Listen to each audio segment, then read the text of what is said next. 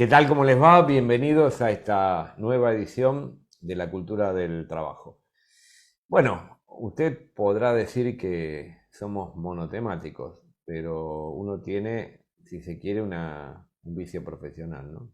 Para decirlo, y orgulloso de ese vicio profesional. Tiene que ver con las cuestiones laborales, tiene que ver con este tema que anda dando vueltas, esta cuestión en ciernes, que es la posibilidad de una reforma laboral. Y cuando uno dice reforma laboral, inmediatamente identifica reforma laboral con pérdida de derechos. No es casual que uno lo piense de esa manera, porque aquellos que la ponen sobre el tapete, aquellos que hablan de reforma laboral, aquellos que plantean la necesidad imperiosa de establecer reformas en la legislación laboral, lo hacen desde el lado patronal. ¿Por qué será que se plantea desde el lado patronal y no desde el lado de los trabajadores, las centrales sindicales? ¿Qué es lo que sucede? ¿Cómo se juega esto de la reforma laboral? Tenemos un gran amigo profesional especializado hoy, invitado al programa, compañero Roa. ¿Cómo estás? Hola Bienvenido. Claudio, muchas gracias por la Bienvenido. invitación nuevamente, un placer. No, para nosotros siempre es un placer tenerte acá y poder profundizar estas cosas que la verdad es que se informa poco, se desinforma, ¿no? ¿Y por qué será que siempre viene del lado patronal la reforma laboral? Y no quiero entrar en el remanido de discurso de la correlación de fuerzas, pero algo de eso Algo de hay. eso habrá, Algo ¿no? de eso hay, porque si me preguntás, si me la tirás así de una, yo te digo, y hace falta una reforma laboral. Claro.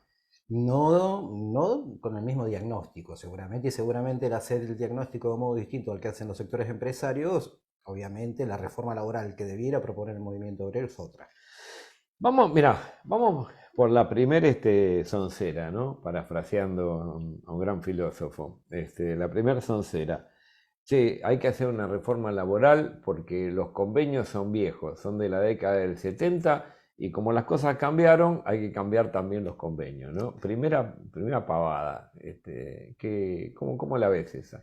El viejo mito de los convenios del año 75, ¿no? Exactamente, los convenios del año 75. Yo no conozco ninguno vigente en su Sí. forma pura. Ah, esa es otra cosa. Yo generalmente en la facultad hacemos un ejercicio muy sencillo que es analizar un convenio colectivo de trabajo y vienen los chicos generalmente, los chicos es una manera paternalista de Claro, decirlo, claro. ¿no?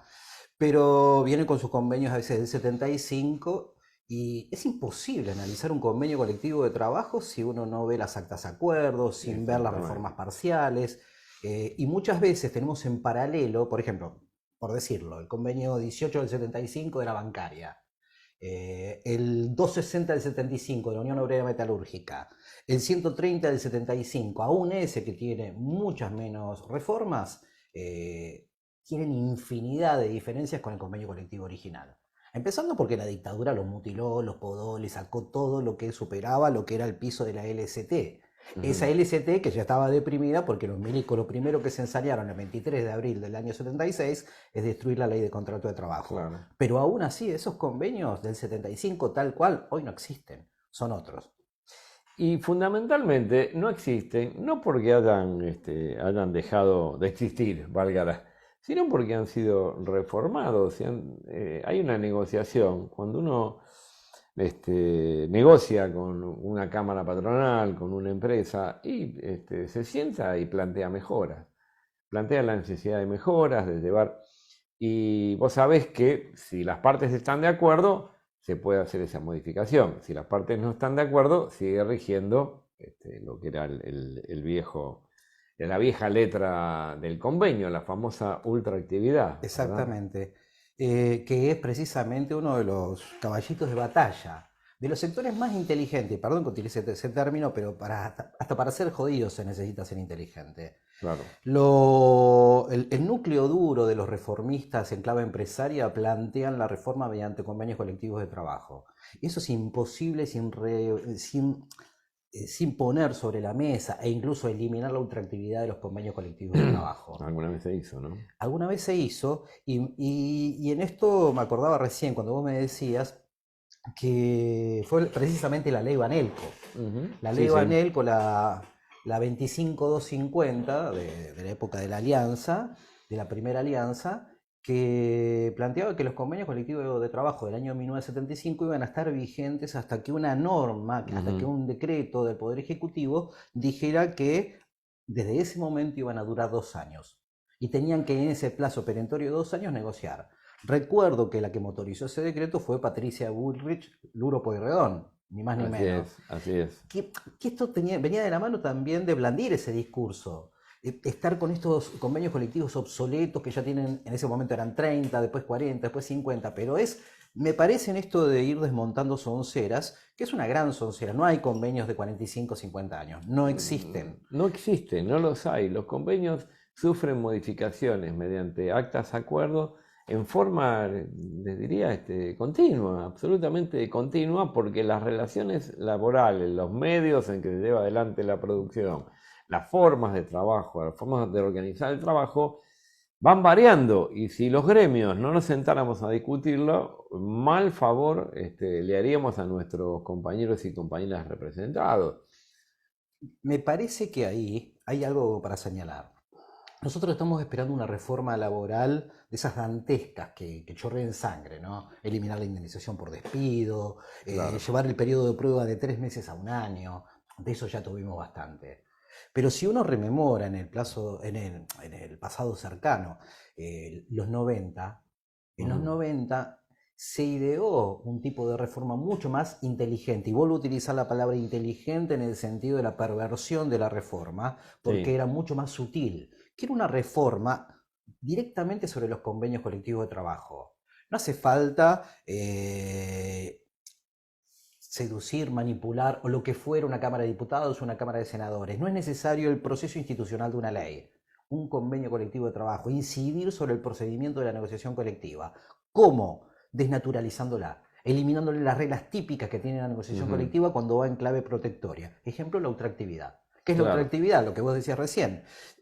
Yo mantengo los beneficios del convenio anterior hasta que otros nuevos beneficios los reemplacen, o hasta que unas nuevas cláusulas en torno a ese tema las reemplacen. Pero si no tengo nada mejor, me guardo ahí en donde estoy y no negocio algo nuevo. Esa ultraactividad, obviamente, es un lugar de resguardo para el movimiento obrero en momentos en que la correlación de fuerzas, ahí sí hablamos plenamente de correlación de fuerzas, no da. Con lo cual, en los 90, ¿cuántos convenios colectivos, cuántas actas de acuerdo tuvimos en 12 años? 2.600. 2.600. Solamente en el año 2010 hubo 2.000 convenios colectivos de trabajo. Eso te demostraba la retracción del movimiento obrero a negociar. ¿Por qué? Porque en la mesa de negociación perdían y por eso te obligaban a negociar. El primer elemento es eliminar la ultraactividad. Para mí, mi mirada de esto es, sí, es muy grotesco esto del periodo de prueba de 1 año, es muy grotesco eliminar la indemnización, pero cuidado, el establishment apuesta a una reforma laboral por goteo, por vía de la negociación colectiva. Por vía de la negociación colectiva y por vía de los hechos también. Porque vos sabés que el mejor convenio es el que se aplica, ¿no? La mejor ley es la que realmente llega, y la mejor ley protectoria es la que llega al destinatario. Y eso tiene que ver con el papel que juguemos los gremios, los cuerpos delegados y las comisiones internas. Hay dos vías para flexibilizar. Y la relación de fuerzas, cuando uno está en debilidad o está empatado, si se quiere, opera por dos lugares. Opera por la vía de la institucionalización de la normativa, pero también opera por la vía de hecho. O sea, si yo no lo aplico, si yo no lo puedo llevar adelante, hay dos flexibilizaciones entonces. La que se genera, porque si no yo no te contrato, porque si no yo no te doy trabajo, porque si no yo te despido, y la que se genera por la vía de las paritarias, digamos, ¿no? De las supuestas paritarias libres. Digo, en una situación de la relación de fuerza desfavorable. Uno de los discursos dominantes de los flexibilizadores históricamente fue la del realismo jurídico. ¿Cuál es? Claro. El derecho del trabajo no puede sino regular la realidad. Es una realidad laboral, las relaciones laborales están previamente formateadas, en situaciones de hecho que tuvimos durante la dictadura primero, luego durante el sadomenemismo, luego durante la primer pandemia amarilla. Tuvimos etapas donde hubo una clara desarticulación del dispositivo de control por parte del Estado, con lo cual las relaciones laborales fueron un viva la pepa. Y esto no se puede menospreciar ni puede estar fuera de análisis. Corrido los límites de la cancha, te dicen, bueno, hay que ser realistas, hay que regular esa nueva realidad, pero una realidad que previamente se modificó a sopapos. Es decir, es un viejo truco donde después obviamente es muy difícil volver a una racionalidad en términos de discurso, pero eso también está dentro del paquete. El realismo jurídico históricamente forma parte de esas onceras. Sonceras, como vos decís, el tema de los convenios colectivos de trabajo, con su prenda mayor que es la ultraactividad. Decir que, por ejemplo, las leyes laborales apuntan, o mejor dicho, obturan la toma de nuevos trabajadores, y podemos seguir con esto. Ahora, segunda soncera, ¿no? La rigidez de los convenios y la intransigencia de los sindicatos es lo que demora el crecimiento económico y la creación de empleo de calidad. Es falsa por donde la miremos, claro. Incluso con los números duros. Si nosotros tuviéramos un rango de tiempo entre el año 1991 y el año 2003 y analizamos normativa laboral flexibilizadora, normativa laboral desreguladora, en el medio estuvo la reforma previsional, la ley de riesgo de trabajo, la reforma de la ley de concursos y quiebras, 6 reformas de la ley de contrato de trabajo, el dictado de la ley de empleo, y podría seguir. Y en ese lapso de absoluta desregulación laboral o re-regulación laboral en clave gerencial, lo que se obtuvo es un aumento increíble en términos realmente importantes del empleo no registrado, la tasa de empleo no registrado, y también aumentó la tasa de desempleo. Y te agrego otra más, la tasa de subocupación demandante. Sin embargo, si hacemos un corte en el año 2004 con la Ley de Ordenamiento Laboral y una serie de medidas que se tomaron durante la década que va, o el periodo que va del 2002 a 2015, uno podría decir, bueno, si tuvimos al menos 2 docenas de leyes que regulan en sentido protectorio las relaciones laborales, si yo siguiera el sofisma neoliberal, esto hubiera redundado en que el desempleo hubiera ido mucho más allá de los 90. No, sin embargo, el desempleo bajó al límite del 6% en el año 2015, y la tasa de empleo no registrado, si bien seguimos teniendo tasas muy altas, se contuvo o se redujo casi 20 puntos con respecto al 2002. Si no son las leyes, seremos los sindicatos los malos de la película, ¿no? Y bueno, eso parece, como es más incomprobable, creo que forma parte de un discurso dominante. Bueno, fíjate que no es tan, si uno lo lleva, hay un ejemplo reciente en la historia argentina que tiene que ver con el funcionamiento de los sindicatos y de los partidos políticos en la dictadura, ¿no? Donde la actividad sindical estaba de hecho absolutamente prohibida, donde fueron encarcelados y desaparecidos una cantidad inmensa de dirigentes sindicales, delegados y comisiones internas. Y sin embargo es el periodo donde más brutalmente decreció la industria, decrecieron los puestos de trabajo y se generó desocupación de carácter absolutamente permanente, ¿no? Ahí no había sindicatos. Ese es el problema con algunos discursos neoliberales, ¿no? El discurso neoliberal dominante, que se lleva patadas con la realidad. Pero tienen esa capacidad. Es interesante ese discurso del neoliberalismo, ¿no? De vendernos siempre una fantasía que ya fue refutada y seguirnos vendiendo la misma fantasía. Y en eso hay que admirarlos. En eso hay que en definitiva la verdad termina siendo una convalidación social. En definitiva, termina aterrizando la verdad como lo que se convalida socialmente. Y esto, ahí sí tenemos que preguntarnos cuál es el simbolismo que opera en la cabeza de la gente para que tenga tan claro, esté tan claro que es el discurso opuesto y sin embargo se lo termina encarnando en la sociedad, ¿no? A mí me parece que por ahí pasa la cosa, Claudio. creo, lo vengo diciendo los últimos días, pues estoy medio obsesionado con esto, bueno, de qué manera se despierta la sociedad, de qué manera salimos a militar la realidad en el sentido de explicarle a la gente que va a perder sus derechos. Y pasa que vos a un pibe de 20 y pico de años le hablas de las vacaciones. ¿Qué cosa es eso? Le hablas del aguinaldo. ¿Y eso qué es? Le hablas del empleo registrado. ¿Con qué se come? Y hablamos de una realidad que nosotros hemos naturalizado, aunque más no sea por nuestros viejos, nuestros abuelos o nosotros mismos. Pero hay 2 generaciones de los 90 para acá que no han vivido eso. Y lo que vengo sosteniendo de un tiempito a esta parte es que realmente tenemos que hacer una pedagogía de nuestros derechos, una pedagogía popular que nos permita reconstruir ese camino desandado, eh, para volver a construir una mirada y convocar a las nuevas generaciones donde se sientan interpeladas cuando le estamos diciendo estás perdiendo algo que va a ser muy difícil de Está recuperar. bien, pero para que las nuevas generaciones, a las nuevas generaciones no les sea más sencillo soplar la plumita para que le caiga al de al lado, como porque en definitiva terminan haciendo, soplamos la plumita y que le caiga al vecino, no a mí. O sea, yo creo que además de decir lo que se va a perder, o lo que se puede perder, o lo que seguramente se va a perder en un régimen de carácter neoliberal, como ha sido en todos los regímenes liberales y neoliberales, además de eso hay que decirle qué es lo que se puede ganar. Porque en la medida que nosotros no solamente digamos qué se puede ganar, sino que lo pongamos como algo realizable y entendible por el conjunto, yo creo que ahí está el secreto para generar militancia. Yo puedo mantenerme, o puedo compartir o tener empatía con vos por el pasado, pero la verdad que si nos juntamos por el futuro.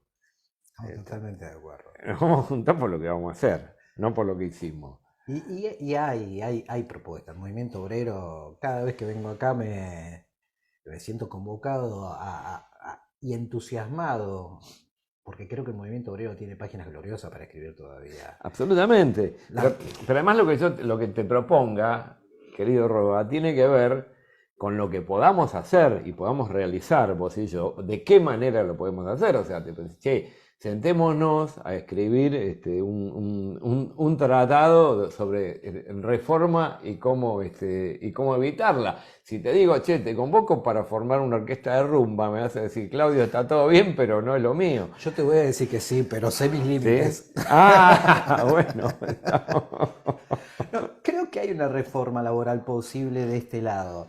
Y lo que plantea el compañero Yasky obsesivamente, y me parece fantástico que así sea, Sergio Palazzo, Claudio Armachea, cuando hablan de reducir la jornada de trabajo, Sí. me parece que hay un debate enorme y que hay que dar.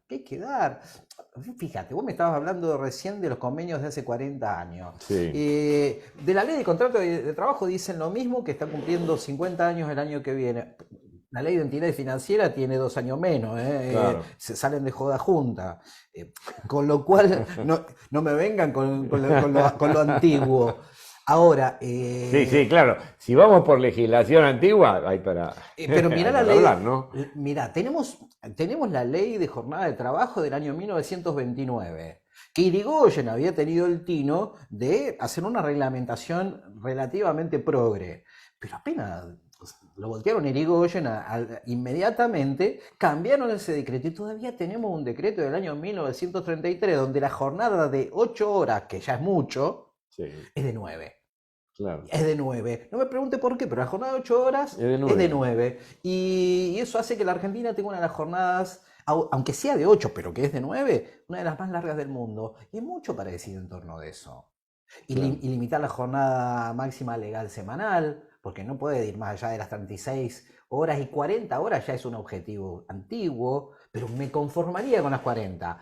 Pero también no pasa solamente por trabajar 4 días en vez de 5 por semana, sino que cada día trabaje menos horas, porque si no me van a hacer trabajar en un día lo que Pero antes vos hacía querés más trabajar, tiempo. vos te das cuenta que no querés laburar.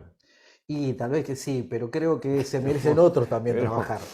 claro, claro, es que cómo salir del facilismo o si se quiere de la chabacanería, de decir, bueno, la gente no quiere trabajar, ¿no? Es que O sea, cómo salir de un discurso que por un lado es un discurso facilista, absolutamente, donde se banaliza el problema de la jornada y se lo banaliza en forma intencional, absolutamente intencional, para colocar a los trabajadores del lado de aquellos que son vagos. Pero Este, mi viejo trabajaba 8 horas o 9 por día. Lo que mi viejo hacía en 8 horas o 9 por día hace 20, 30 años, hoy se hacen 6, se hacen 5. sí, sí, ¿Quién se quedó con la diferencia? Porque la productividad creció. ujú, Alguien se quedó con la diferencia. sí, Y sí, cuando estamos viendo los sueldos a fin de mes, me parece que no somos nosotros. Y ahí hay una discusión por dar. Por eso cuando claro. uno te dice, no, sí, sí, estamos de acuerdo con reducir la reforma, la jornada de trabajo, pero proporcionalmente reducimos la remuneración. Nah, entonces no es reforma laboral. Eso ya lo puedes hacer ahora. Claro, claro, Y no estaría sucediendo. claro. Con lo cual, me parece que la discusión es una discusión en torno a la productividad, y es decir, cómo la productividad ha crecido enormemente en las últimas décadas. Esa discusión te puede llevar a discutir la jornada de trabajo, la diaria, la semanal, pero también puede ser un elemento para discutir la vida laboral en sí misma. Hoy un trabajador que tiene 65 años ha producido tanto, tanto, tanto que perfectamente ameritaría no un discurso que lleve la jubilación a los 70 o a los 80 años como quieren ellos para estar de acuerdo con el Fondo Monetario, Claro, sino llevarla a los 55 años. Y no estoy hablando de disparates, es una cuestión de productividad. El tema es que estamos en un mundo donde la productividad y la rentabilidad se la quiere adueñar una sola parte. como siempre el problema sigue siendo la distribución. Usted lo dice. Porque, ¿no? Porque la producción aparece como con cierta racionalidad. El problema es cuando distribuís lo que se produjo. Y tiene fundamento. Ujú, Lo que estamos diciendo tiene fundamento. Es la distribución lo que está en discusión. Eso nos lleva a discutir. La jornada de trabajo nos lleva también a discutir la renta. Es decir, queremos... A ver, alguien se adueñó de esa parte de la torta que ha crecido en estas últimas décadas. y se las ingenió para que la culpa la que tengamos todos. Sí, que sigamos trabajando más, que Claro. trabajemos una de las jornadas más extensas, ya no del mundo, de América Latina nomás, Sí, del sí. barrio nomás. Me parece que de eso se trata. Me parece, hay un documento muy interesante, un cuadernillo muy interesante de las mujeres sindicalistas que dicen siempre se trató del tiempo, ¿no? Y ahí siempre se trata del tiempo. Y hay una discusión dando vuelta en este momento en el Congreso de la Nación vinculada a las licencias parentales. Claro. Y tenemos un dispositivo jurídico que solamente entiende que la madre es la usufructuaria de una licencia de 90 días, cuando hoy Ujú, esos 90 días son insuficientes. Y cuando los 2 días que tiene el padre, insuficiente ya es poco decir. claro. Y eso ya me está diciendo quién tiene que hacerse cargo de la crianza de los pibes, de las y de los pibes. Ya empezar a tener unas licencias parentales equilibradas, de gestante, no gestante, eso se está discutiendo en el Congreso. El tema es si queremos que sea una discusión central o va a ser una discusión periférica de algunos loquitos sueltos en el ámbito de la Cámara de Diputados o Senadores. Pero ahí tenés discusiones en torno del tiempo, el tiempo, el tiempo. ¿Y quién se apropia de ese tiempo? Ah, totalmente. ¿Por qué el ocio está mal visto, ¿no? O sea, ¿por qué es pecaminoso Me, decir me, que yo quiero tener más jornada para pasarla bien, para distraerme, para disfrutar? ¿No? ¿Por qué está mal? Me hiciste acordar a Daniel Santoro, el bueno. Ah, A sí, sí, Daniel sí, Santoro, el bueno, cuando dice, cuando invoca el derecho al goce. El claro. derecho al goce. Y se puso filosófica esta discusión. Me Pero imagino. algo de eso hay. Por eso tanto irritó el peronismo en la historia argentina, ¿no? El disfrute colectivo. El disfrute colectivo y que esto sea parte esto sea parte de la política y de una política de Estado. Que el disfrute colectivo sea parte de una política de Estado no tiene nada que ver con una propuesta liberal, ¿no? O sea, jamás vas a ver un liberal cerca de una propuesta que ponga sobre la mesa el disfrutar colectivamente y en todas las variantes. Y yo creo que bueno, que nosotros debemos pasar a la ofensiva, que el movimiento obrero organizado tiene que pasar a la ofensiva y tener una propuesta que pueda ser leída por nuestros compañeros y compañeras. Si no es así, es muy difícil que esto se reduzca o que esto va a quedar solamente en una discusión de carácter filosófico. Y de lo que se trata es de cuestiones prácticas, absolutamente prácticas. Nosotros nos debemos esa actitud y nos debemos un programa, querido Roa. Me quedo con esto. Y es un programa, es una política de Estado, eso de la grandeza de la nación y la felicidad del pueblo. Absolutamente, y bueno, te agradezco como siempre tu participación en el programa No, y por nos favor. estamos viendo en la próxima de la cultura del trabajo. Muchas gracias.